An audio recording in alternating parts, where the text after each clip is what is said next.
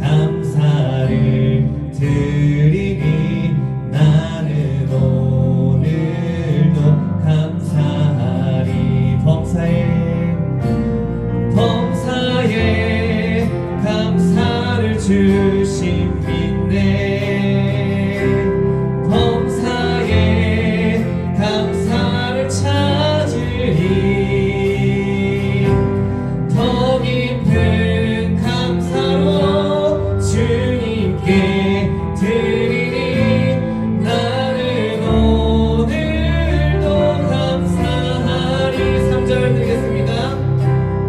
나의 감사를 주께 드릴 때 더 큰 감사로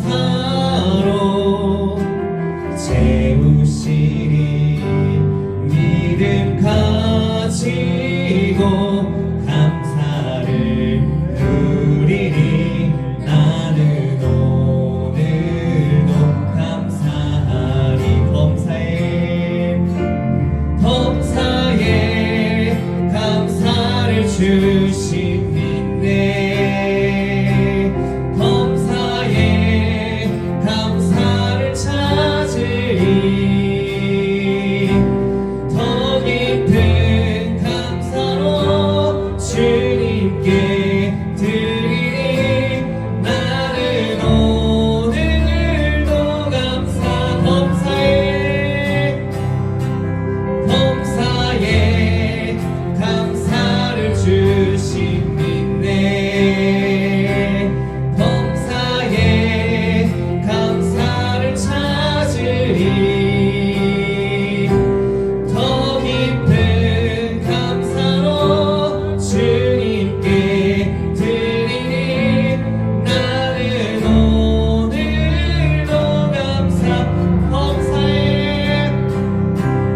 범사에 감사를 주신 믿네. 범사에 감사를 찾으리. 더 깊은 감사로 주님께 드리니 나는 오늘도 감사할. 더 깊은 감사로 주님께 드리니 나는 오늘도 감사하리. 아멘.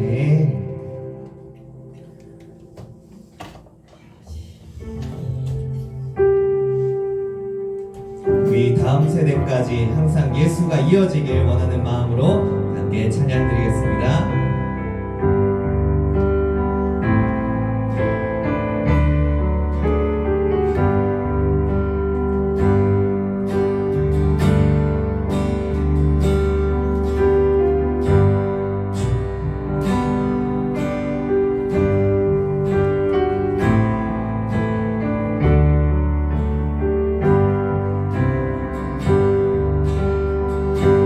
주의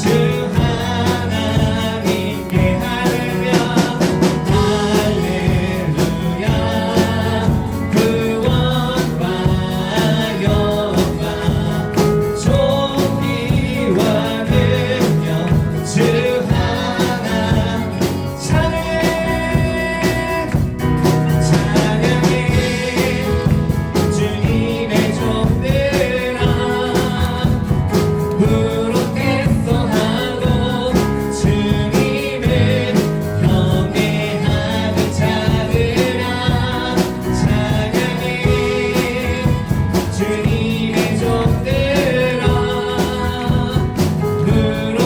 부록대소하고 주님을 경외하는 자들아 자 할렐루야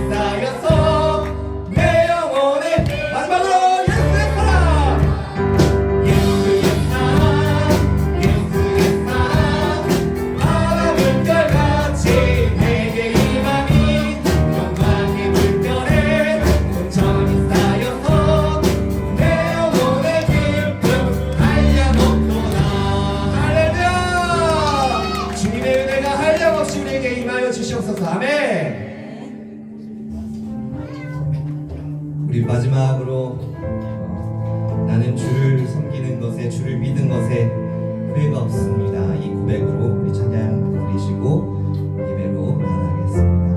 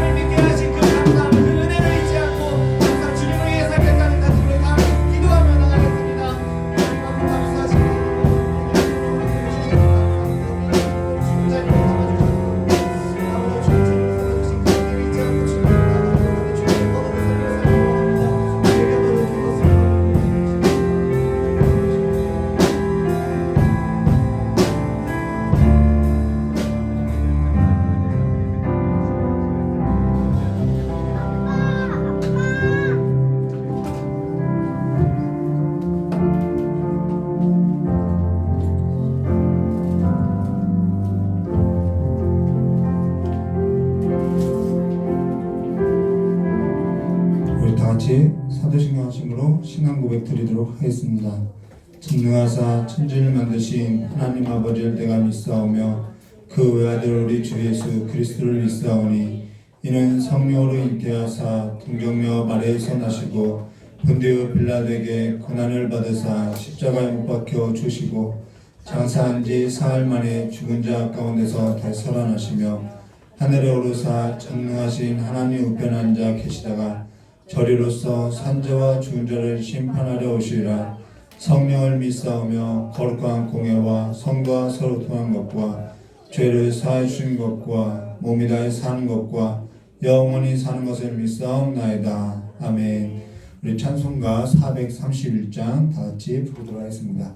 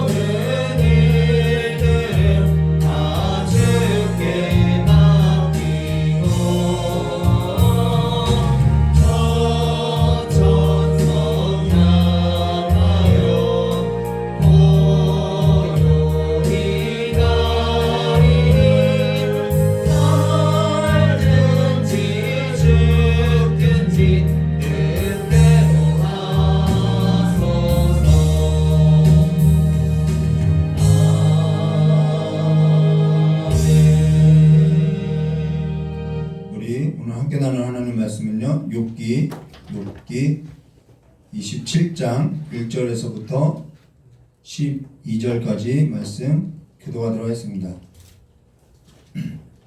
욥기 27장 1절에서부터 12절까지의 말씀 우리 한 절 한 절 교도하도록 하겠습니다. 수요 예배인데 많이들 오셨어요. 그렇죠? 욥기 27장 1절에서부터 12절입니다. 제가 먼저 교도하도록 하겠습니다. 욥이 또 비사를 들어 가로되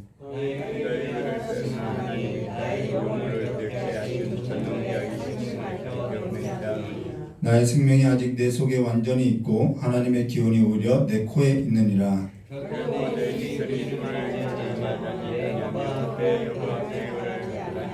나는 단정코 너희를 옳다하지 아니하겠고 죽기 전에 나의 순전함을 버리지 않을 것이라.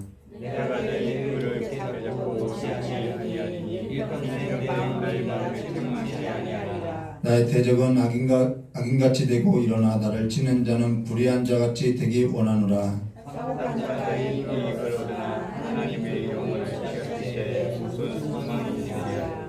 환난이 그에게 임할 때 하나님이 어찌 그 부르짖음을 들으시랴.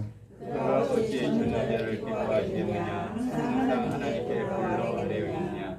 하나님의 하시는 일을 내가 너희가 가르칠 것이요 전능자의 뜻을 내가 숨기지 아니하리라. 함께 하겠습니다. 너희가 다 이것을 보았거늘 어찌하여 아주 허탄한 사람이 되었는고. 아멘. 참 기도하도록 하겠습니다.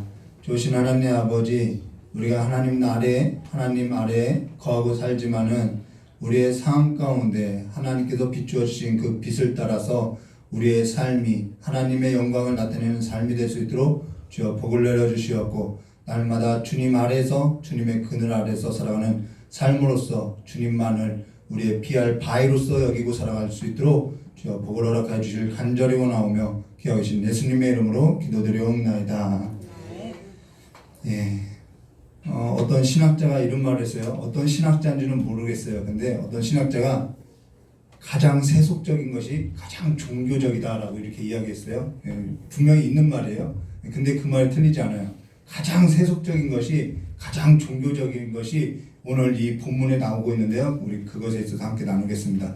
오늘 욥기 25장 1절서부터 27장 23절의 말씀 가지고 누구의 정신이 내게서 나왔느냐라는 말씀으로 우리 함께 나눌 건데요. 내용은 어려운데 사실 그렇게 어려운 건 아니에요. 그래서 좀 이해가 필요해서 오늘 함께 나누도록 하겠습니다. 며칠 전 갑자기 기도하던 중에 누가복음 5장 1절서부터 11절 말씀이 저도 모르게 저의 입에서 이게 툭 튀어나오게 됐어요. 그게 뭐냐면은 주여 나를 좀 떠나소서라는 그러한 고백이 기도 가운데 나왔지요. 사실 저도 모르게 이런 말이 나오게 된 이유에 있어서는 저도 알고 있는데, 사실 주의 뜻을 따른다는 것은 쉽지 않고요, 괴롭고요, 너무 고통스럽다는 것이죠. 예, 그래서 물론 그렇지 않은 사람들도 있을 것 같아요. 주님을 따르는 것이 행복할 수도 있어요. 근데 저는 그렇지 않더라는 거예요. 저도 모르게 기도하던 중에 그래서 괴롭고 눌린 마음이 있어서 주여 좀 나를 떠나달라고 이렇게 나오게 됐는데요. 어떤 이는 그러한 기도를 듣게 되면 불경스럽다, 어떻게 저렇게 말할 수 있나 라고 하겠지만은 사실 그건 하나님을 몰라서 하는 말이겠죠. 우리가 하나님을 알면요, 그럴 수 있다는 거예요. 우리가 지난 시간에 하나님은 여기 계시고 우리의 삶은 여기 계신데 이 간극으로 인해서 우리가 너무나도 삶이 괴롭고 고통스럽다라는 거예요. 근데 이 아래에 있는 사람들은 뭐라고 이야기하면 옳게만 살면 돼, 그렇게 이야기해요. 규칙만 지키고 살면 돼, 그 규칙이 하나님을 아는 거야 라고 이야기한다는 것이죠. 근데 그게 아니라는 거예요. 우리의 삶은 그것이 전부가 아니라는 것이죠. 사실 지금 욥기를 하는데 갑자기 왜 누가복음이냐 할 것인데요. 여기에서는 의미가, 지금 누가복음 5장에 나왔던 주여 나를 떠나소서라는 그 의미가 이 지금 우리가 함께 나누는 본문하고 의미가 같다라는 거예요. 그래서 이해를 돕고자 꺼낸 이야기인데요. 사실 하나님을 알지 못하면 설교에 있어서 이해한다고 해도요, 내가 듣고 이해했어라고 해도요, 가슴에는 와닿지 않을 수 있다라는 거예요. 그러한 일들이 있죠. 그러면은 누가복음 5장 1절과 11절에 어떠한 내용이냐면은, 자 1절 말씀 볼게요. 무리가 몰려와서 하나님의 말씀을 들을새 다 듣고 있어요.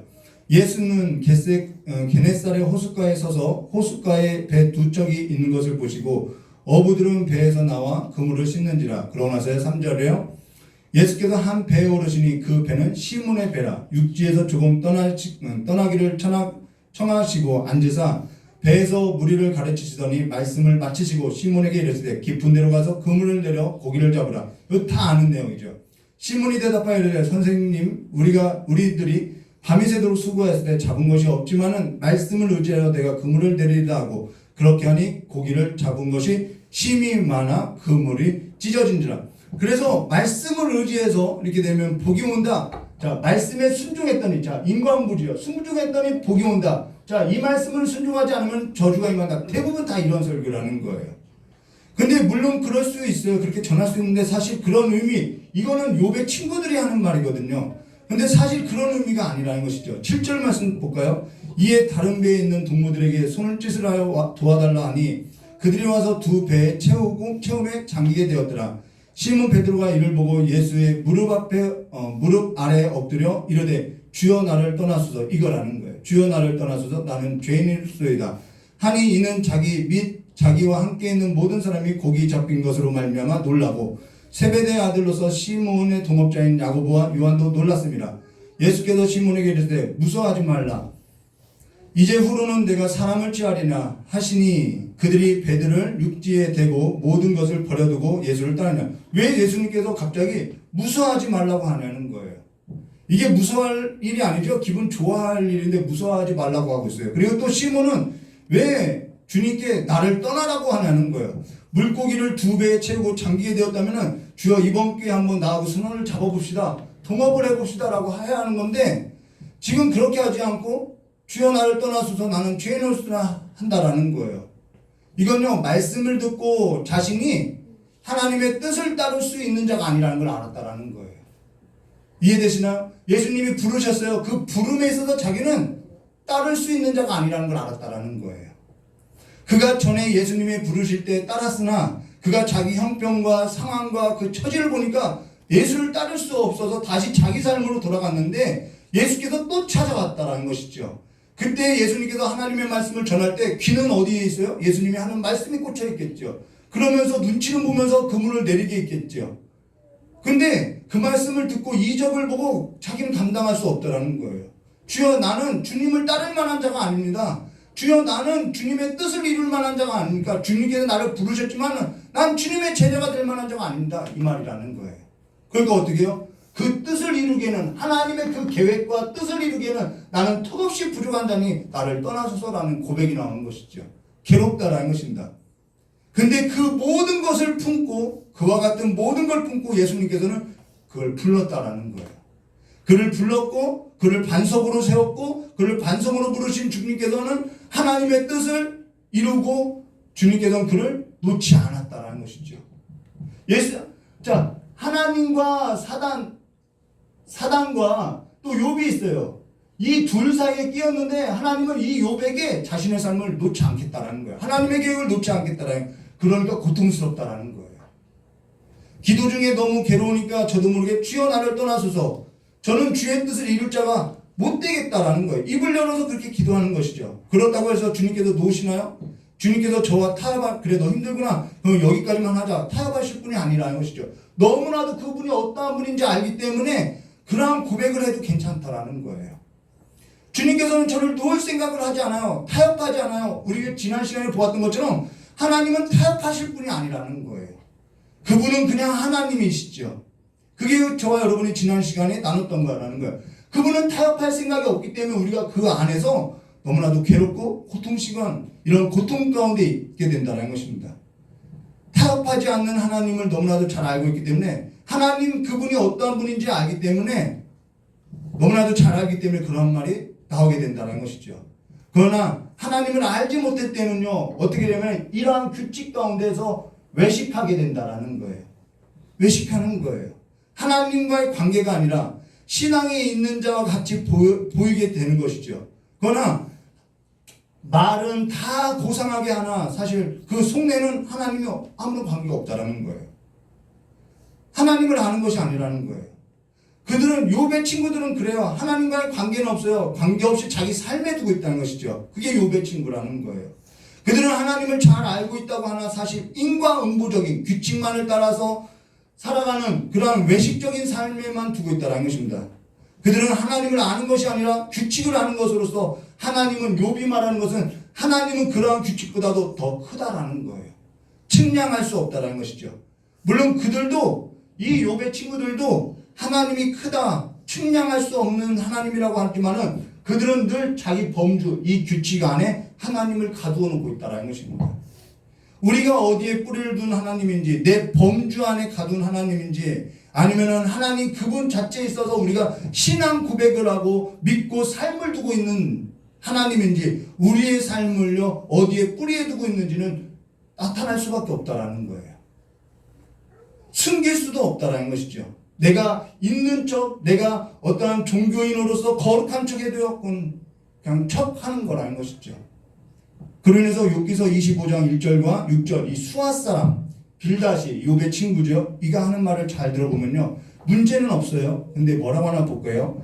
수아 사람 빌닷이 대답하여 가로되 하나님의 권능과 위엄을 가지셨고 지극히 높은 곳에서 화평을 베푸시니라. 하나님 잘한다고 이야기하는 거예요. 그 군대를 어찌 계수할 수 있으랴. 그 광명의 비침을 잊지 않은 자가 모든 자가 다 하나님의 비침 가운데 있다 이런 거죠. 그런즉 하나님 앞에 사람이 어찌 의롭다 하며 부녀에게서 난 자가 어찌 깨끗하다 하랴.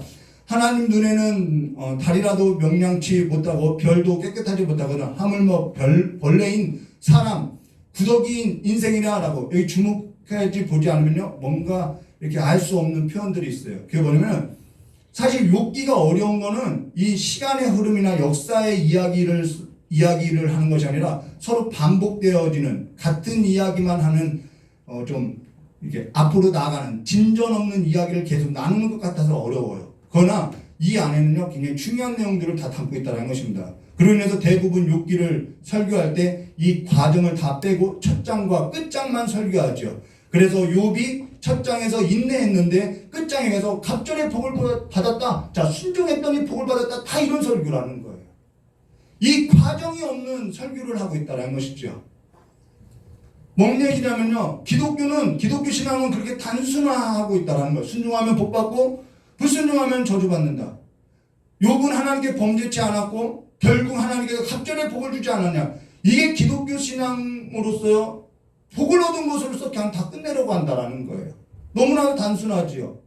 근데 이런 주장이 누가 하는 주장이었냐면은 지금껏 욥의 친구들이 했던 주장들과 같다라는 거예요. 그러나 욥으로 하여서 지금 이 욥기는요, 이 욥을 통하여서 이야기하는 건 이 과정 가운데 성경이 지금 보여주고자 하는 것은 신앙이라는 것은 그렇게 단순한 문제가 아니라는 거예요.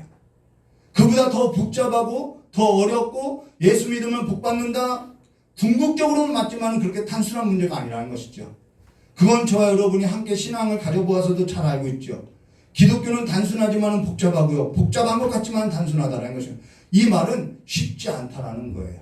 여기 스와 사람 빌닷이 하는 말이 다 옳아요. 하나님은 주권과 위엄을 가지시고 높은 곳에서 화평을 베푸시나 하늘의 뜻이 다 이루어진 같이 땅에서도 이루어지라고 우리도 그렇게 기도한다라는 거예요. 하나님은 크신 하나님이에요. 사람이 이룰 수 없다는 것이죠. 여기 높은 곳에서라는 의미는 저 하늘을 의미하는 것이 아니라 사람이 당도할 수 없는 곳에 계신다라는 거예요. 하나님께서 하늘에 계신다는 것은 사람이 당도할 수 없는 곳에 계신다라는 뜻이죠. 가령 하나님께서 저 하늘에 있다고 한다면은 하나님께 가장 가까운 사람은 공중나는 새들이 가장 가깝겠죠. 그러한 장소적 의미가 아니라 하나님은 높은 곳에 계신다. 하늘에 계신다라는 것은 사람이 당도할 수 없는 곳에 있다라는 의미로서 쓴다라는 거예요. 그만큼 하나님은 크시다는 것이죠. 근데 여기에 문제가 있느냐? 전혀 없어요. 하나님은 크시고요. 사람이 당도할 수 없는 곳에 있다는 것, 이 수아 사람 빌닷의 말이 다 맞아요. 그러고 나서 그의 군대를 어찌 계수할 수 있으랴? 그 비추는 광명을 받지 않는 사람이 누구냐? 이 모든 것이 다 하나님의 주권에 있다. 이것도 다 맞아요. 그리고 4절부터 6절 말씀 보시면요. 그런즉 하나님 앞에 사람이 어찌 의롭냐? 의로운 사람 하나도 없는 거 알죠? 부녀자에게서 난 자 중에 어찌 깨끗하랴? 모태에서부터 다 죄인으로 났죠. 하나님의 눈에는 달이라도 명랑치 못하고 별도 깨끗하지 못하거든. 하물며 벌레인 사람, 구더기인 인생이라. 여기 틀린 것 없이 다 맞아요. 우리가 죄인이라고 구분해줘요. 근데 한 가지 볼 것이 있어요. 그게 뭐냐면은 간혹 장로님들이 대표 기도를 할 때 뭐라고 하죠? 죽을 수밖에 없는 죄인이라는 표현을 자주 써요. 그렇죠? 알고 지은 죄, 모르고 지은 죄 이런 표현을 자주 써요. 그러한 사실에서 미사구를 쓰면서 대표 기도를 할 때 자신이 벌레만도 못한 사람이라고 하나 정말 가까이서 그들의 삶을 지켜보면요. 정말 그러한 기도와 같이 벌레만도 못한 자와 같이 여기고 사느냐? 그렇지 않아요. 그렇죠? 그런 모습을 찾아볼 수 없어요. 실제 벌레 같은 사람, 구더기 같은 인생이라고 말은 했다면은 삶에서도 자신을 그렇게 낮추는 삶이 있어야 하는데 삶에서는 전혀 없어요. 삶에서는 죽을 수밖에 없는 죄인, 이러한 얼굴을 찾아볼 수가 없어요. 오히려 삶에서는 세상같이 빠져서요. 저 사람이 죽을 수밖에 없다고 한 죄인인지 전혀 분간하지 못할 수 있다라는 거예요. 얼마나 종교인이요. 이 종교의 얼굴을 가진 사람이 얼마나 더 세속적일 수 있는지를 보여주고 있다라는 거예요. 지금 수한 사람 빌닷은요. 자기는 여기 얼마나 사람이 벌레 같은 줄 아느냐 이렇게 고백을 하고 있지만은 자신은 그런 마음을 알지 못하는 거예요. 그러면서 남들 앞에서는 자랑하고 소리를 높이고 있어요. 이 욥을 보면서 지금 소리를 크게 내고 있다라는 거예요. 우리는 그걸 뭐라고 하죠? 하나님을 알지 못한다라고 이야기하는 거예요. 하나님을 알지 못하는 것은 하나님을 경험해서 아는 것이 아니라 자기 틀 안에서 하나님은 크신 분이고 우리는 벌레만도 못한 사람이지 거기서 나온 것으로서 그냥 자기 고백밖에는 되지 않는다라는 거예요. 자기 삶에 죽을 수밖에 없는 죄인이라는 차지까지 내려가 보지도 못하고 하나님이 어떠한 분인지도 알지 못하고 그냥 기도로서 그냥 이야기하는 것이죠. 하나님을 알고 있다고 그냥 착각하고 있다라는 거예요. 자기가 믿고 있는 바에 있어서 믿고 있을 뿐 하나님을 알고 하나님과의 관계에 있어서 그러한 삶에 있어서는 아니라는 것이죠. 이게 위선이라는 거예요. 이게 외식이라는 거예요. 대피교들을 때 잘 나타나죠. 언어 가운데 다 드러나죠. 지금 수아 사람 빌닷이 말한 것처럼 그렇게 미사오브를 쓰면 뭔가 이렇게 나를 굉장히 하나님 앞에서 작은 존재로서 나타내 보이면 뭔가 내가 그래도 신령해 보이고 뭔가 옳게 보이고 그냥 사람들한테 옳게 보려고 하고 있다는 거예요. 하나님을 아는 태도가 아니라는 것이죠. 오히려 그들 언어 가운데는 하나님의 의가 아니라 나는 하나님 앞에 작은 존재하면서 비굴하게 자기의 의를 나타내면서 그냥 자기는 껍데기뿐이라는 거예요. 이러한 형식적인 신앙이 우리의 삶 가운데 얼마나 많은지 몰라요. 솔직하지 못하고 정직하지 못하고 그러면서 삶이 없는 신앙, 삶이랑 그 신앙이랑 그냥 명문만 가진 신앙, 이러한 종교인이 얼마나 많은지 모른다는 것이죠. 그들의 언어가 잘못된 것이나 언어에 있어서는 잘못된 것이 하나도 없어요. 다 맞아요. 그런데 그들의 내면은 텅 비어 있다라는 거예요. 그들의 내면은 하나님으로 채워지지 않고 하나님께 뿌리를 두지 않고 자기 의로서 자기의 자랑으로서 가득하고 있다라는 것이죠. 거룩해 보일 뿐이에요. 아무런 능력이 없어요. 사람에게 보일 뿐 하나님이 그들 가운데 있지 않아요. 근데 교회 안에 이런 교인이 통계적으로 80%에 이른다고 이야기하고 있어요. 어쩌면 그보다 더 많을 수 있겠죠. 그런데도 욥이 뭐라고 하면은 나도 너희들이 말하는 그러한 규칙 나도 모르지 않는다라고 이야기하는 거예요. 너희들이 옳다고 하는 것 나도 알고 있는 바다. 그러나 하나님은 너희들의 그 규칙과 옳다고 하는 것보다 더 크신 하나님이다. 이 얘기를 하는 것이죠. 너희가 아는 바를 내가 모르고 있지 않다. 그러나 그들은 늘 이들은요 이 규칙 때문에 옳은 것 때문에 늘 가르쳐 드리려고 한다는 거예요. 자기 삶을 자기의 의의 뿌리를 두고 늘 누군가를 가르쳐 드리려고 하고 훈계하려고만 하고 있다는 것이죠. 그로 인해서 얘기를 나눌 수가 없어요. 왜요? 얘기 상대가 되지 않으니까 얘기를 나눌 수 없다는 거예요. 그걸 이 수아 사람이 25장에서 이렇게 말했다면 이제 욥이 26장에서 27장에서 지금 반론으로서 지금 이야기를 한다라는 거예요. 그래서 욥기서 26장 1절부터 23절까지 하고 있는데요. 욥기 26장 1절과 4절 말씀 드렸습니다. 욥이 대답하여되 내가 힘없는 자를 참 잘 도왔구나 이런 말을 하는 것이죠.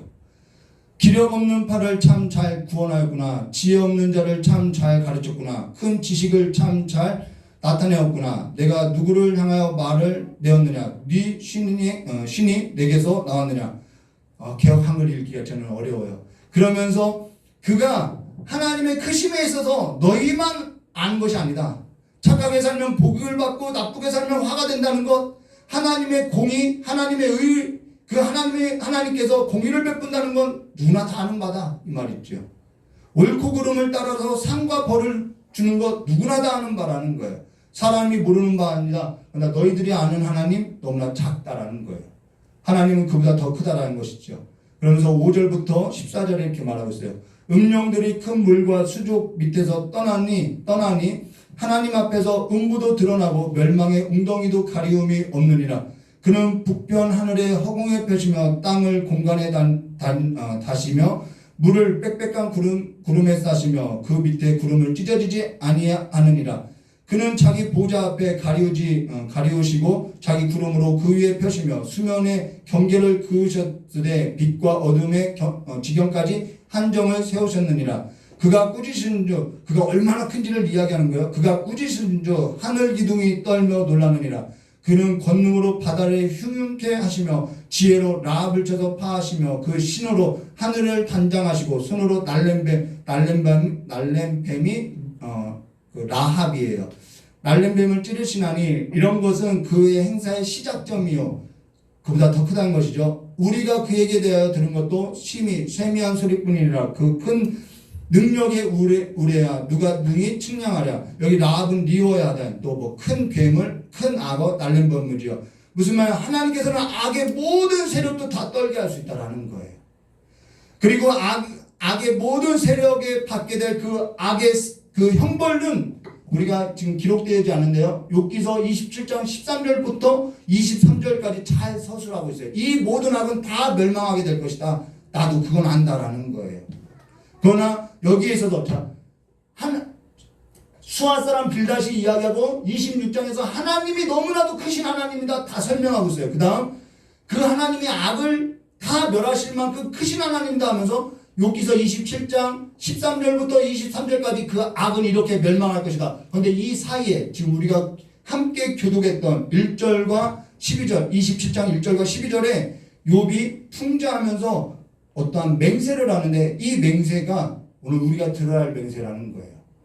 그래서 이 본문을 함께 우리가 교독했죠. 자, 욥기서 27장 1절과 3절 말씀 보도록 욥이 또 비사를 풍자하여 이 말이죠. 비사를 들어 가로되 나의 의를 빼앗으신 하나님 나의 영혼을 괴롭게 하신 전능자의 사심을 가리켜 맹세하노니 나의 생명이 아직 내 속에 완전히 있고 하나님의 기운이 오히려 내 코에 있느니라. 자, 이 말은요, 나의 정당함을 물리치신 하나님께 내가 맹세하겠다는 것이에요. 무슨 말이냐면, 자, 옳게 살면은 복이 되고 그릇되게 살면은 화가 된다면은 자신은 옳게 살았는데도 화가 됐다는 것은 하나님께서 나의 정당성에 있어서 정당함에 있어서 물리쳐버린 그 하나님이라는 거예요. 그래서 지금 나는 인과응보가 아니라 그걸 초월하신 하나님, 나의 정당성에 있어서 외면하신 그 하나님께 맹세하는데 지금 내 생명이 아직 붙어있지 않느냐, 내 하나님의 기운이 내 코에 있지 않느냐. 악하게 살면 하나님께서 화를 당하고 착하게 살면 선을 행하면 복을 준다고 했는데 나는 악하게 살지 않았다. 근데 내가 지금 화를 당하고 있는데도 불구하고 내 생명이 붙어있지 않느냐. 나는 그 하나님께 한번 따져봐야겠다라는 거예요.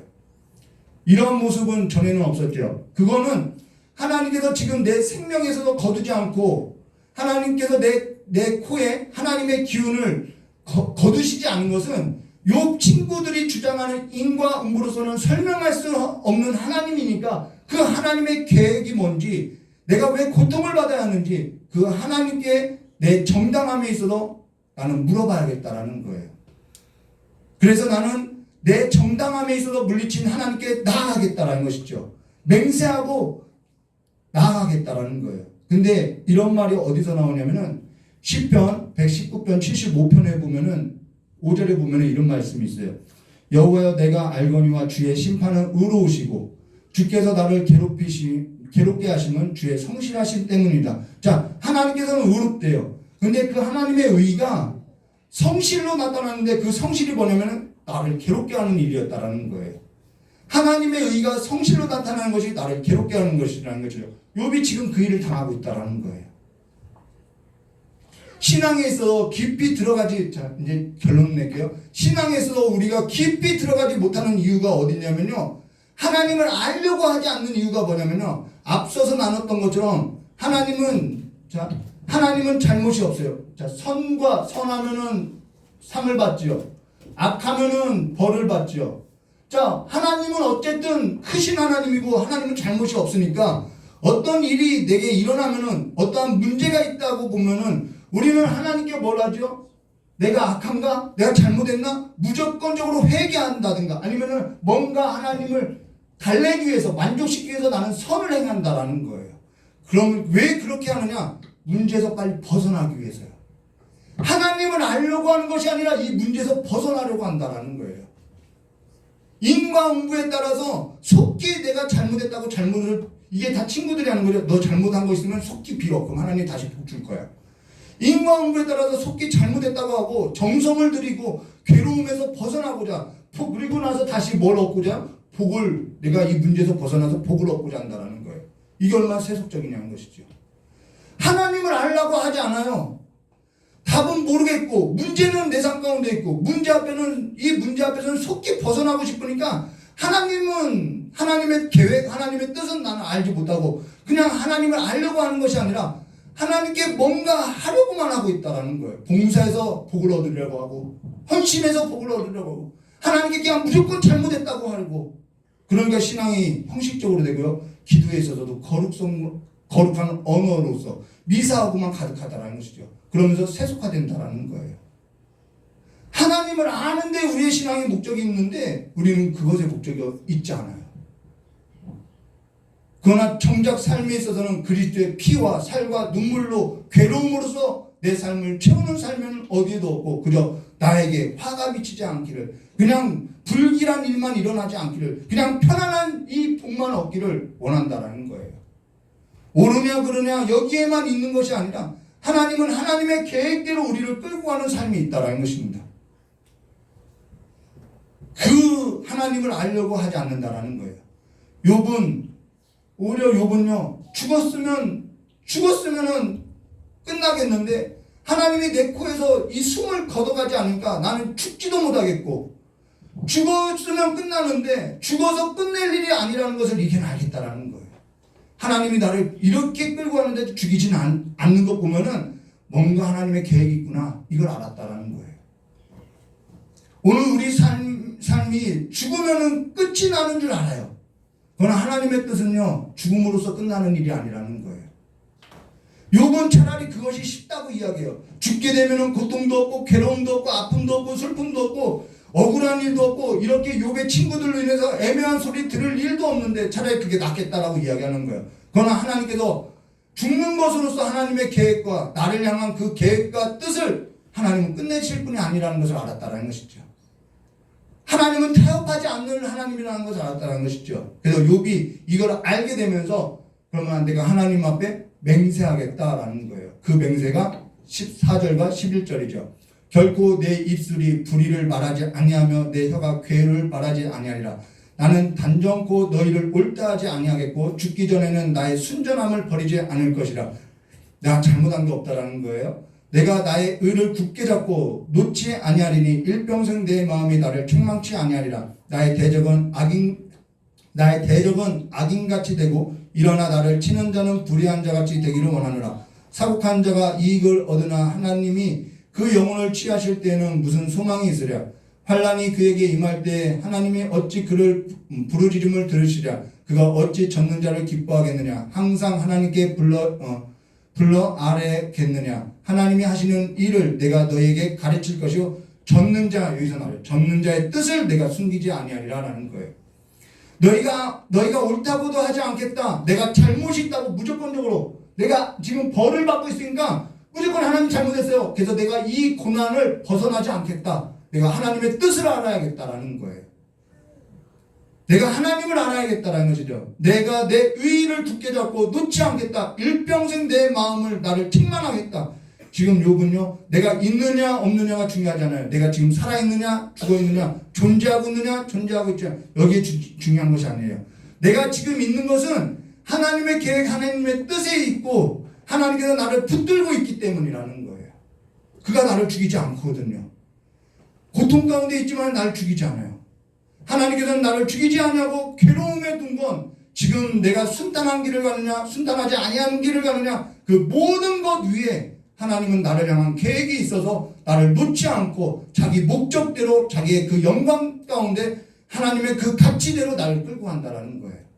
우리가 그 삶에 붙들려서 살아가는 것이죠. 그래서 괴롭지요. 그래서 사도 베드로가 주여 나를 떠나소서 할 때 주께서 떠났나요? 그래 내가 떠나줄게 이러고 떠났나요? 안 떠나요. 하나님을 향한 그 계획을 변개하지 않아요. 타협하지 않아요.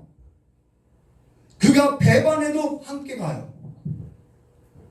그가 답이 없을 때, 그가 알지 못했을 때, 괴로울 때, 그가 넘어지고 배신할 때도 하나님, 그를 향한 하나님의 계획은 한 번도, 하나님의 목적은요, 타협하거나 번개한 적이 없어요. 신앙은 이렇게 단순하지가 않아요. 흑백놀이와 같이 순종하면 복을 받고 불순종하면 화를 당한다, 이러한 단순 논리가 아니에요. 우리는 때로는 괴로움도 있고요, 배반도 하기도 하고요, 슬픔도 있고요, 실패도 해요, 아픔도 있어요. 내가 범죄한 사실이 드러날 수도 있어요. 그러나 하나님께서는 하나님 계획 안에 그 모든 것을 품고 그 하나님의 크신 가운데 하나님의 계획으로서 우리를 끌고 간다는 거예요. 우리는 거기에 붙들려 있다는 것이죠. 그 하나님을 보게 될 때 우리는 무조건적으로 하나님 나 잘못했어요. 그 이 문제 앞에서 벗어나려고 하지 않아요.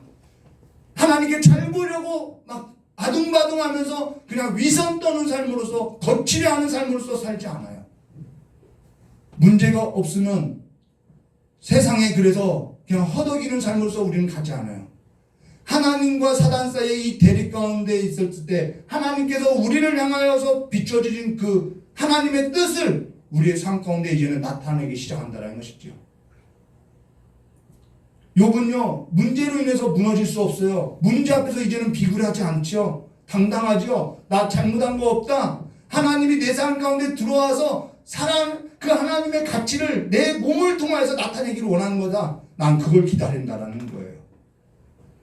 기도 중에 주여 나를 떠나소서 할 때 주께서 창세전에 계획하신 하나님의 그 뜻을 하나님께서 포기하실까요? 내가 그렇게 괴로웠다고 이야기해도 하나님 포기하지 않으시라 하나님이 있죠. 그래서 그 하나님을 우리는 붙들고 믿음으로 걸어갈 수 있다는 것입니다. 오늘 우리가 욥 같은 고통을 받으라고 설교하는 것이 아니라 고린도전서 1장 19절과 기록된 바 내게 지혜 있는 자들의 지혜를 멸하고 총명한 자들의 총명을 폐하리라 한 것처럼 성경 구절처럼 하나님의 지혜에 있어서는 이 세상 어떠한 지혜로서도 하나님을 알 수 없다라는 거예요. 그리고 하나님께서는 이 세상의 모든 지혜를 폐하고 멸하고 하나님의 계획에 우리를 붙들어서 끌고 간다는 것이죠. 우리는 그 하나님의 계획대로, 그 하나님의 목적대로, 그 하나님의 뜻대로 변함없는 자들로서 순종되어진다는 것입니다. 이왕 하나님의 계획과 하나님의 뜻에 붙들려 있다면 이왕 살 거라면 하나님의 좋은 편에 서시기를 주님의 이름으로 축원합니다. 다 같이 기도하도록 하겠습니다. 조신 하나님 아버지, 우리의 삶에 있어서 우리를 정말 끔찍하게 사랑하셔서 우리가 괴롭다고 해도 우리가 아프다고 해도 놓지 않고 하나님의 그 영광 가운데 하나님의 나라 가운데 끌고 가치고자 하는 그 하나님의 섭리를 보니 이제는 우리가 이왕 하나님께 붙잡혀서 살아가는 그 사는 살 바에는 참으로 하나님께 붙들는 삶으로서 좋은 편을 택하여서 살아가는 삶이 될 수 있도록 순종되어지는 삶을 살아가는 삶으로서 하나님을 보는, 하나님을 뵙고 살아가는, 하나님을 아는 자들로서 살아가는 삶이 될 수 있도록 주여 역사해 주셔서 우리가 위선 떨고 외식하는 삶이 아니라 하나님의 그 크심 가운데 살아가는, 그 광대하신 가운데 살아가는 삶이 될 수 있도록 주여 역사해 주시고 우리를 붙들어 주시길 간절히 원하며 오늘 우리는 또 이 한날을 하나님의 뜻을 다 알 수 없어도 하나님 앞에 하나님의 그 계획하심을 믿고 한 걸음 한 걸음 순종되어질 수 있도록 복을 허락하여 주시길 간절히 원하오며 되어이신 예수님의 이름으로 기도드리옵나이다. 우리 찬양 부르고 기도하도록 하겠습니다.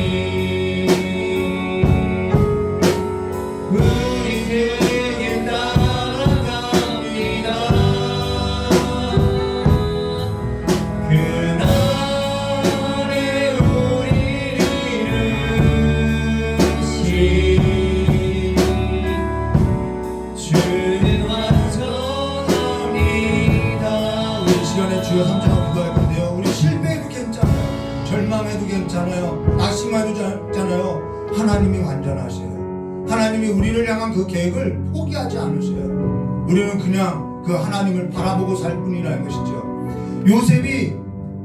요셉이 하나님의 꿈을 봤죠. 요셉이 하나님의 계시를 받았어요. 7년 후에 풍년과 7년 후에 흉년이 올 것이다. 아버지를 불러요. 아버지, 아직 흉년이 5년이나 더 남았어요 라고 하면서 이 땅에서 살아가는 삶을 계획하지요. 근데 야곱이 뭐라고 하죠? 400년 후에 이스라엘 민족이 나올 것이다. 400년의 역사를 보여줘요.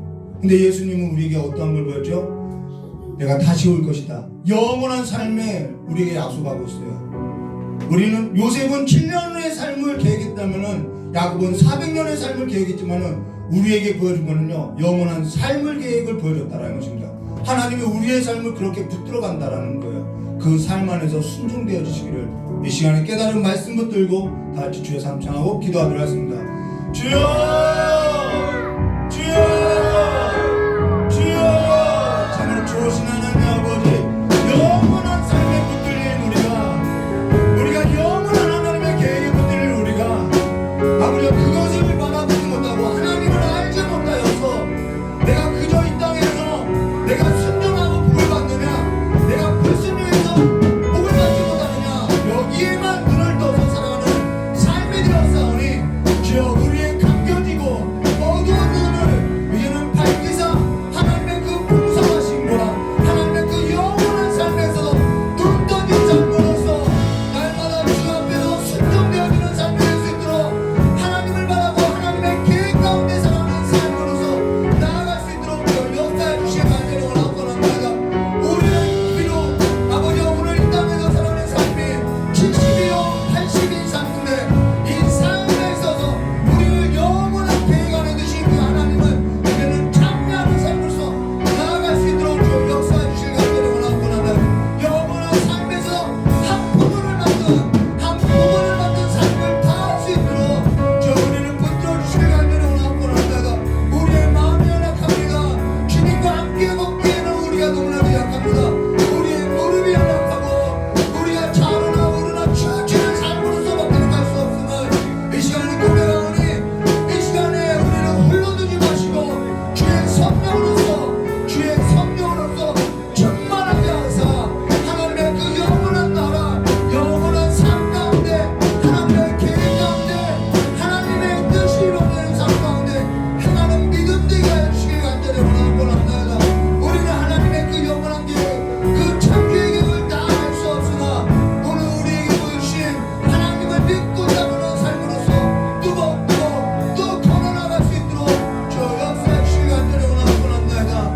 이제는 우리의 삶이 눈을 들어서 하나님의 그 계획 가운데 이제는 우리가 눈을 들어서 하나님의 그 계획 가운데 내 삶 가운데 무엇을 하시고 가는지 내 하나님의 뜻이 무엇인지 나를 이 땅 가운데 살려주신 하나님의 계획이 무엇인지 밝히 보고 걸어나가는 삶이 되시도록 주 우리 함께해 주시기 간절히 원하옵나이다. 주님의 그 크신 가운데 그분의 그 크신 가운데 우리는 하나도 알 수 없사오니 아버지 눈이 어두운 자 같사오니 아버지 우리를 불쌍히 여겨주시옵고 날마다 우리의 삶 가운데 우리의 눈을 여보사 하나님의 길로서 하나님의 그 좋은 편에 서서 살아가는 삶이 될 수 있도록 주여 복을 내려주시기 간절히 원하오며 우리의 삶을 날마다 주님의 그 거룩한 손에 붙들린 삶으로서 주의 완전하신 가운데 주의 그 거룩하신 가운데 거하는 삶이 될 수 있도록 저 복을 내려주시기 간절히 원하오며 기어신 예수님의 이름으로 기도드리옵나이다.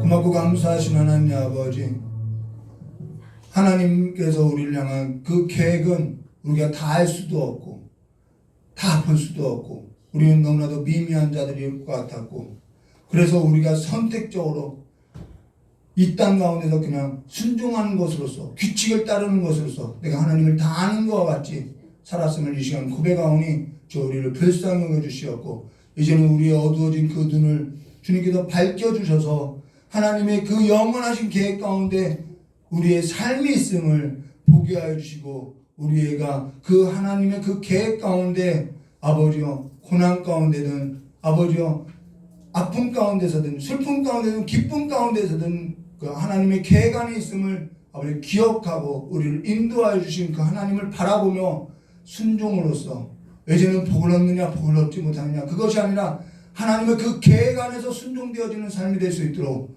저 복을 허락하여 주시길 간절히 원하오며 기억하신 예수님의 이름으로 기도드리옵나이다. 우리 주님 가르쳐 주신 기도로서 예배를 마치도록 하겠습니다.